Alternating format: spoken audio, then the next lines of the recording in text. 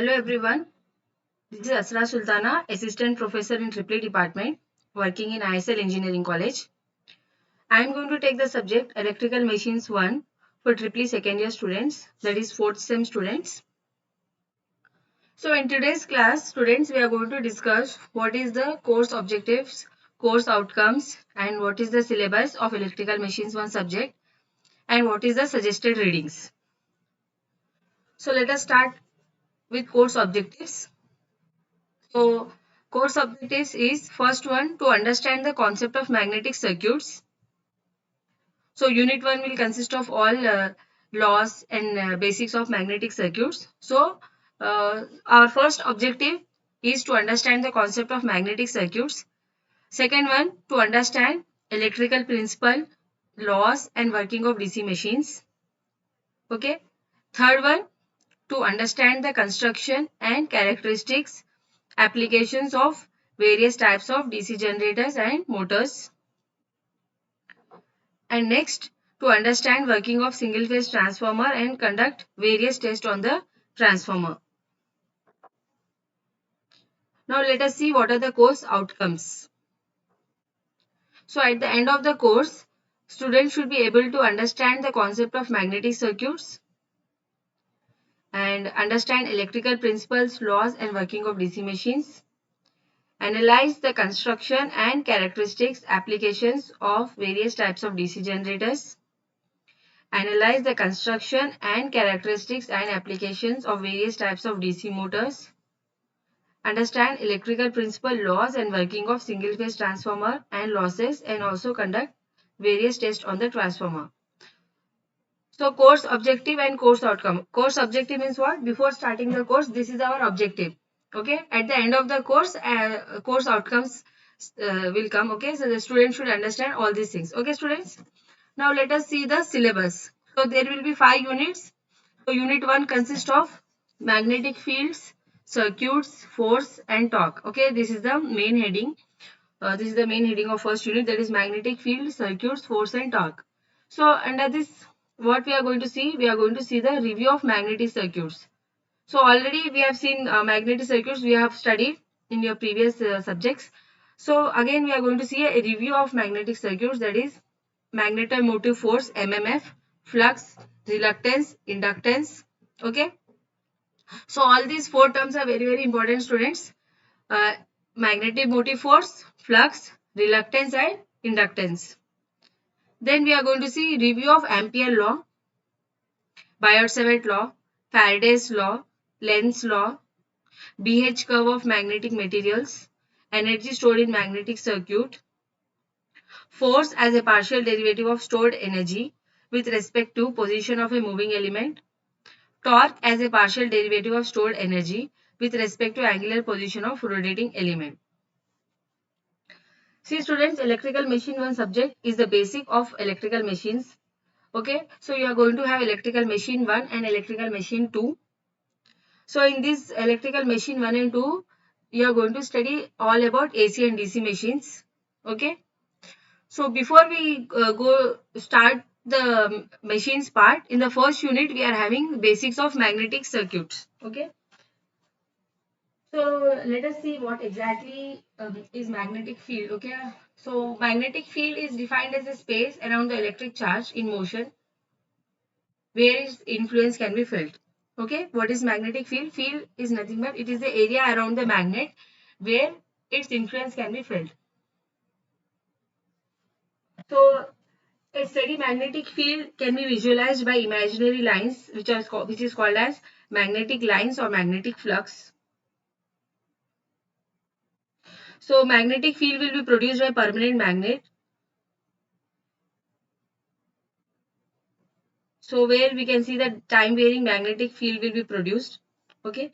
So magnetic field can also be produced by electromagnets. So what is electromagnet?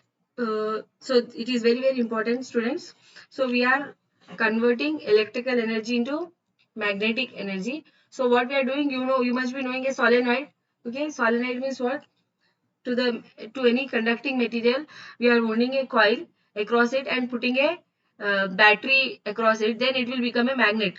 So through electricity, we are making a conducting material as a magnet. That is called as electromagnet. Okay, so from electricity we are making it a magnet, that is electromagnet.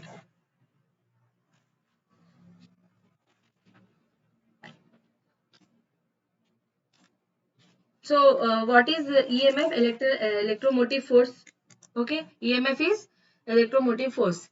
So you know the Ohm's law, students. Ohm's law is nothing but V is equal to IR. So in place of V I can write EMF also. So EMF is equal to current into resistance. Okay, EMF is I into R. So in magnetic field, EMF is represented by MMF, and I is represented by flux.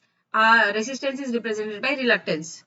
Okay, so these are all electrical analogues of magnetic circuits, that is EMF is equal to VR, V is equal to IR, EMF is equal to IR, or MMF is equal to phi into reluctance. So phi is equal to current, reluctance is equal to equivalent to resistance, and MMF is equivalent to EMF. So like that you have to remember. Okay students. So flux, already I have just said you what is flux or magnetic flux. It is represented by phi. So total number of lines of force in a steady magnetic field is called as magnetic flux. So units of flux will be Weber. And one more important definition is magnetic flux density. It is nothing but magnetic flux per total number of magnetic lines crossing through the unit area normal to the direction of flux. That is, flux is equal to B into A. B is flux density here. A is area of cross section. So B can be written as phi by A. Units of magnetic flux density will be Tesla or Weber per meter square. Okay, we will study all these things in detail. I am just giving you a short introduction about what exactly is there in your syllabus. So Ampere's law, Biot-Savart's law, Faraday's law, Lenz's law, all these 4 laws are very, very important, students. So we have to know as an electrical engineer all these laws. So Faraday's law, I think everyone knows. Faraday's law of electromagnetic induction. So there are 2 basic laws of Faraday's law. First one states that, so whenever there is a change in flux linking with a coil, EMF is induced in it. And the second law states that EMF induced is nothing but rate of change of flux linkages. Okay. Lenz's law is nothing but what? E is equal to n d phi minus n d phi by dt. From Faraday's law, we are writing the EMF equation. E is equal to minus n d phi by dt. So minus sign is nothing but it is because of Lenz's law that EMF induced will oppose the cause producing it. So that is called as Lenz's law. Next is Biot-Savart's law. So Biot-Savart's law states that magnetic field intensity produced at some point P below at some point P by differential current element will be proportional to the product of this current and sine of the angle between the element and line joining P to the element, and inversely proportional to the square of the distance between P and the element. So all these things I will tell you in detail, students. Don't worry. Okay. So as of now, just listen to what I am saying. Okay. Next, Ampere's law.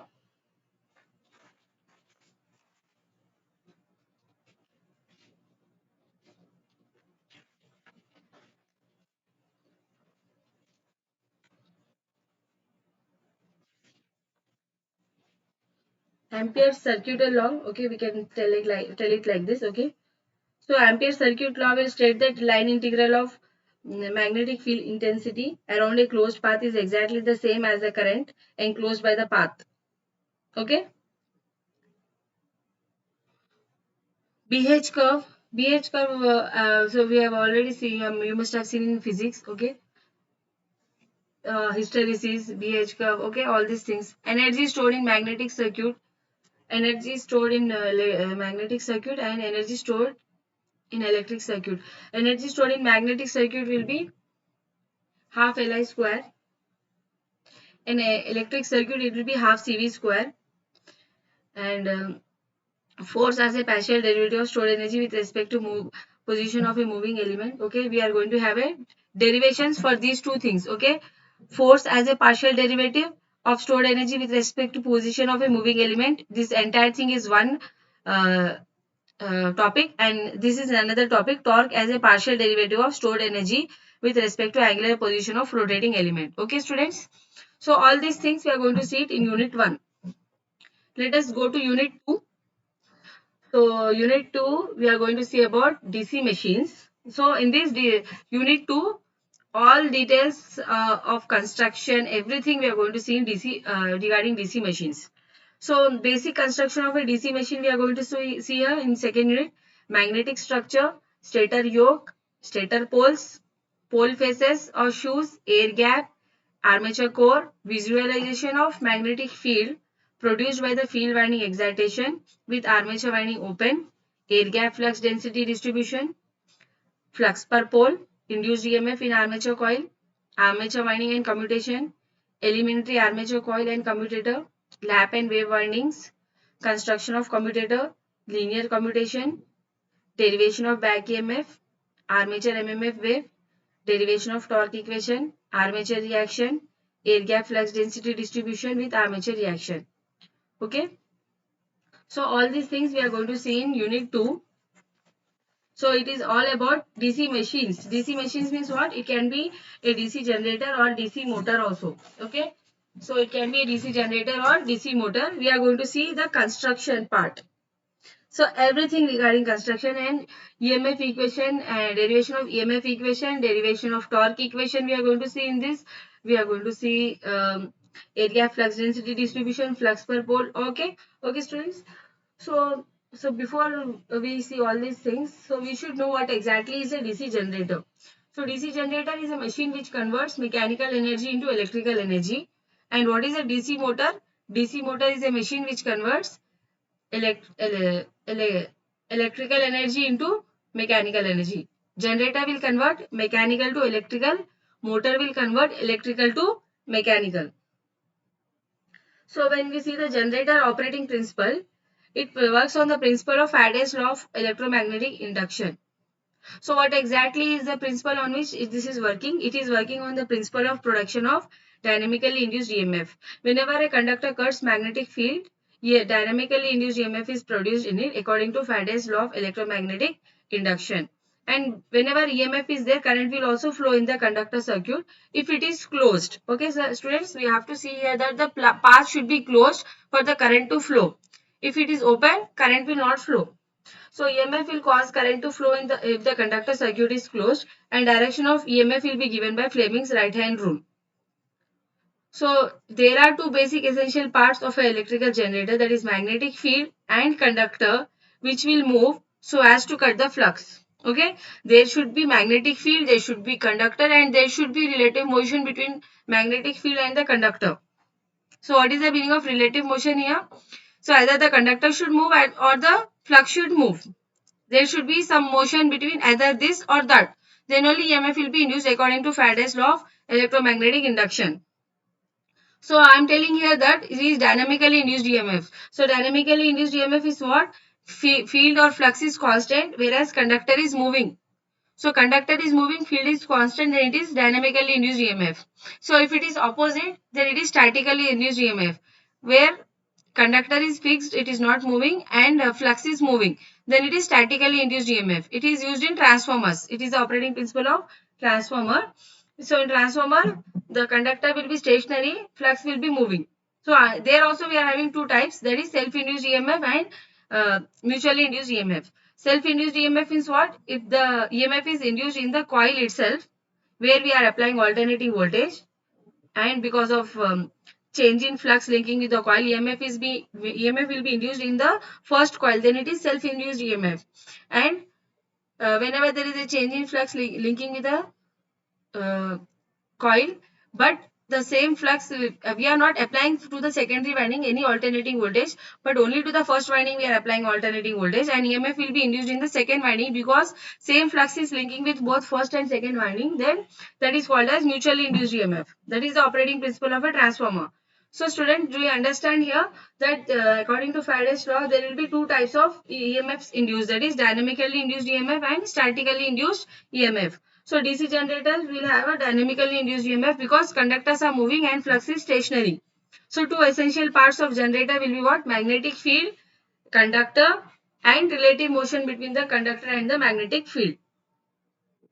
So when we see the Fleming's right hand rule, So when we stretch thumb, forefinger and middle finger of right hand in such a way that all three are at right angles to each other, then thumb represents the motion of conductor, forefinger represents magnetic field, and middle finger represents the direction of EMF induced. Okay, then we are going to see how a simple loop generator will generate a AC voltage, and as this is a DC generator, we have to get the output as DC. So we are using a commutator to convert AC to DC, because it is a DC generator, it has to give me DC output. So commutator is a mechanical rectifier which will convert AC to DC. So we will see all these things in detail: commutation, commutator, construction. So when we see the construction of a practical DC machine, so the manufacturer will not know whether it will work as a generator or motor. So because same machine can work as DC generator or DC motor. So there will be 2 pole, 4 pole, 6 pole and so on. So and the magnetic field will be produced by these poles. Okay. Two adjacent poles will be of opposite polarity: north south, south north, north south, south north. Okay, if I'm talking about a 4 pole machine here. So there will be outer part which is called as yoke. Okay, then 4 poles are there. Inside that armature will be there. Okay, so armature, inside the armature slots are there. So in the slots the conductors will be placed, and these conductors are connected to each other through lap and wave windings. Okay, inside the armature, commutator will be placed. So commutator will convert AC to DC, and brushes will be placed on above these commutators. So brushes will collect the current from the commutator and give it to the external load, and shaft will be there inside the commutator. Okay, so on this shaft only, shaft will move the armature. With the help of a prime mover, we are giving a mechanical energy to the generator. What is a prime mover? Prime mover can be any turbine, okay, or any engine, is turbine or engines, which will give mechanical energy to the generator, because we are not moving the armature of the generator manually. We are moving it with the help of any prime mover. So it can be a DC motor also. So mechanical energy to the generator can be given by DC motor or any turbines or engines. Okay. So through these machines, we are giving mechanical energy to the generator, and armature will cut the flux. EMF will be induced in the armature conductors. I hope this is clear to everyone. Okay. So when we see the construction of a practical DC machine, there are 4 important parts here: field system, armature core, armature winding, commutator and brushes. Five important parts. So what is that? Field system, armature core, armature windings, commutator and brushes. And armature windings will be of 2 types: wave winding and lap winding. So all these things we are going to see in detail. EMF equation of generator, E is equal to P5Zn by 60A. Okay, so we are going to derive that equation and problems based on the this equation also. Okay, so I hope second unit is clear to everyone. Let us start third unit. Let us see third unit. So in third unit, we are going to see about DC generators. Okay. So armature circuit equation for generator, types of field excitation, separately and self-excited, shunt, series and compound, open circuit characteristics of separately excited DC generator, back EMF with armature reaction, voltage buildup, critical field resistance, critical speed, VI characteristics of generators. So in second unit, we are going to see the construction, basic things. Okay, construction and all basic things which are common for both generator and motor. So in third unit, entire DC generator we are going to see. First, we are going to see the types. So there will be 2 types of DC generators. First one is separately excited generator, and the second is self-excited generators. So DC generator whose magnetic field will be supplied from independent external DC source is called as separately excited generator, and when the field winding is supplied from the armature of generator itself, then it is called as self-excited generator. So again, under self-excited there will be 3 types: shunt, series and compound. Again, under compound there will be 2 types: long shunt and short shunt. And one more classification of compound is cumulative compound and differential compound. Okay, all these things I am going to show you in detail. The diagrams, the equations, the problems based on these types of generators. Very, very important topics. Okay, we are going to see losses in a DC machine. Okay, so we are going to see what exactly are the losses: copper losses, iron losses and mechanical losses. Again, copper losses can be of three types: armature copper loss, shunt field copper loss, series field copper loss. Iron losses of two types: hysteresis and eddy current loss. Mechanical losses are of two types: friction and windage losses. So these losses are common for both generator and motor. Then we are going to see what are the various power stages in a DC generator. So how mechanical to electrical power, then electrical power output, what are the losses in between, and what will be the efficiency, mechanical efficiency, electrical efficiency, commercial efficiency. So all these things we are going to see. Then condition for maximum efficiency. What is the condition for maximum efficiency? That is, whenever variable losses is equal to constant losses, at the time efficiency will be maximum for DC generator. Then armature reaction. Okay, armature reaction, I think it is in unit 2. Yes, here. Okay, so armature reaction. So what exactly is armature reaction is? Flux which is acting in DC machine is the main flux, but current flowing through armature conductors will also create a magnetic flux which is called as armature flux. So armature flux will distort and weaken the main flux, and this distortion and field weakening will take place in both generators and motors. So action of armature flux on main flux is called as armature reaction. So this is very important topic, armature reaction. So what is armature reaction? Action of armature flux on main flux is called as armature reaction. Then we will see the characteristics of DC generator. There will be three types of characteristics: open circuit characteristics, internal and external characteristics. So for each type of generator, we are going to see all these three characteristics. So problems on types of DC generators. Okay. Voltage buildup in DC generator, very important. Critical field resistance, critical speed. So all these will come for short questions. Okay. So unit 4 is all about DC motors. So in DC motors, so first, what is a motor? Motor is a machine which will convert electrical energy into mechanical energy. So in DC generator, input mechanical energy will be supplied by a prime mover, but in DC motor, input electrical energy is supplied by a DC supply. So construction of a DC machine will be same whether it is a motor or a generator. So operating principle of a DC motor can be stated as: when a current carrying conductor is placed in magnetic field, it experiences a mechanical force whose direction is given by Fleming's left hand rule, and magnitude is given by F is equal to BIL newtons. B is what here? Flux density due to flux produced by field winding, and I is the magnitude of current passing through the conductor, and L is the active length of the conductor. So F is equal to BIL is the equation of force which we are going to get from a DC motor. So let us see what is the Fleming's left hand rule. So the rule states that when you outstretch the three fingers of left hand, namely forefinger, middle finger and thumb, such that they are mutually perpendicular to each other, then forefinger points the direction of magnetic field, middle finger the direction of current, and thumb gives the direction of force experienced by the conductor. So in a practical DC motor, field winding will produce required magnetic field, while armature conductors play the role of current carrying conductors, and armature conductors will experience the force. As conductors are placed in the slots which are on the periphery, individual force experienced by the conductors will act as a twisting or turning force on the armature, which is called as torque. Okay, very important term called as torque. So all the forces together will make the motor to run, or motor will start, and that is called as torque. Torque is the product of force and the radius at which the force acts. So overall armature will experience a torque and starts rotating. So here also in DC motors, we are going to see various types of DC motors. Okay, types of DC motors. Torque equation already in first unit we have seen. Okay. So types of DC motors, it is also again they are similar to DC generators. DC motors will be classified depending upon the way of connecting the field winding with the armature winding. Different types of DC motors are shunt, series and compound. Compound are again classified as short shunt and long shunt. Okay, so again circuit diagrams and equations will be there for types of DC motors. So one important term here, back EMF. So in DC motor, after motoring action, there will be a generating action when the armature of DC motor rotates under the influence of driving torque.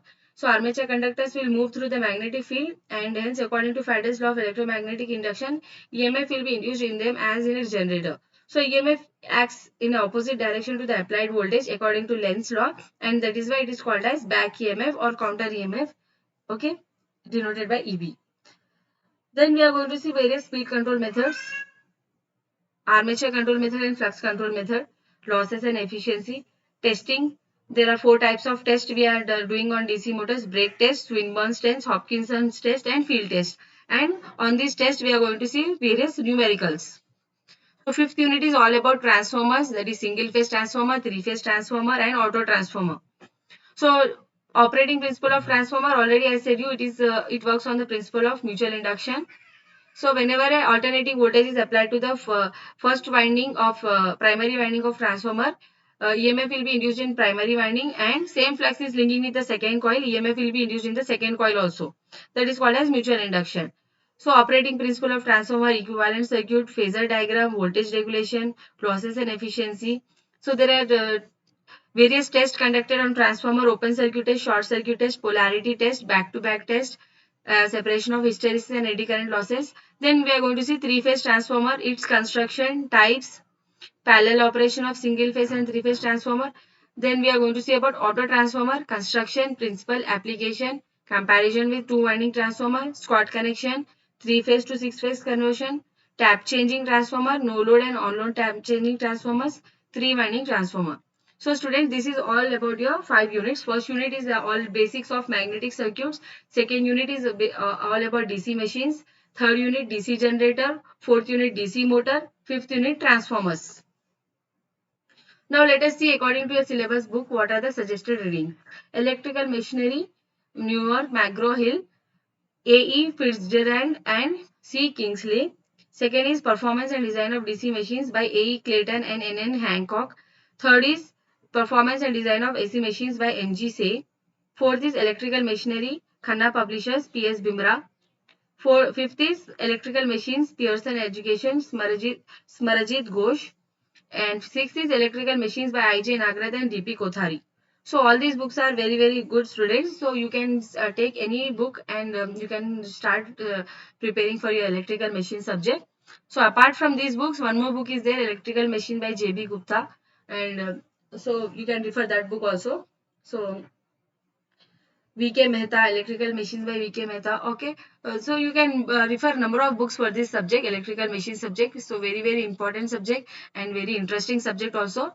So I hope whatever I said is clear to everyone. Thanks for watching the video.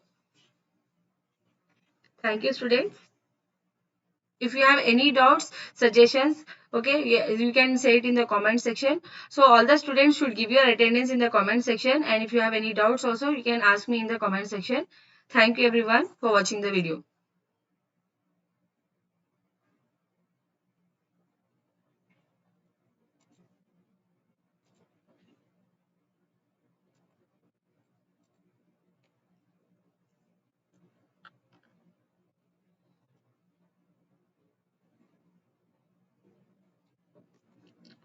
See students, the attendance is mandatory. 75% attendance is mandatory for all the students to write the internal exam. So that is why you have to watch the video from starting till the end, and so I'll be asking you questions in the video itself. Then you have to answer it in the comment section. Whatever question I'm asking, then only I'll give you attendance. So uh, uh, don't just write your roll number and your name. You have to watch the complete video of all subjects. And one more thing I want to say to students, because I'm taking the subject for your class for the first time. So one thing I want to say you that you have to subscribe the YouTube channels of all the faculties, so that you will get the notification of latest videos. Okay, however we are posting it in the WhatsApp group, but still you have to subscribe the channels of all the faculties. Okay students, so if you do this, it is good for you, convenient for you only. So all the students should completely watch the video from starting till the end and answer the questions asked by the faculty and put it in the comment section. Okay, thank you students.